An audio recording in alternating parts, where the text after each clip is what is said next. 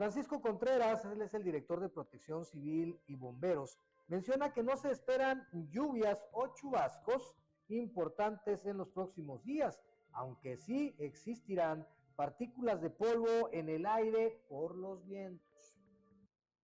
Para el final de julio y empezar el mes de agosto no tenemos posibilidad. De la semana pasada teníamos muy buenas posibilidades de lluvias, con algunos chubascos muy dispersos en la región, pero sustancialmente no se incrementó esa posibilidad. No tuvimos alguna precipitación, sobre todo importante aquí en el municipio. En algunos otros municipios de la región sí, la región carbonífera, en la norte, Jiménez, Cinco Manantiales, tuvimos algo de lluvia entre media y 3/4 de pulgada. Esta semana no tenemos posibilidades, sin embargo tenemos algunos vientos entre 35 y 40 kilómetros, sobre todo después del martes, y algo de bruma. El Servicio Meteorológico Nacional, que serían partículas de tierra, polvo y lo que se genere. No tenemos esta semana. El día de hoy posibilidades, ayer también tuvimos posibilidades de lloviznas muy dispersas,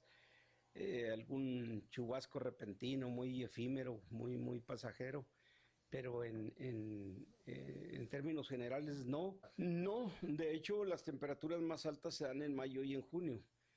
Consideramos nosotros, yo en lo particular, y lo poquito que leemos es eso, ¿no? Que la ausencia de lluvias es lo que nosotros percibimos o somos más sensibles al calor, porque no tenemos lluvia. Si ustedes se fijan, aunque los chubascos fueron dispersos en la región, bajó la temperatura y se tornaban las temperaturas un tanto agradables al amanecer o a la noche. Y la verdad que hemos tenido una canícula muy benévola, sin problemas graves de calor. Eso sí, los aires acondicionados están funcionando a todo lo que da. Ya me da miedo el próximo recibo.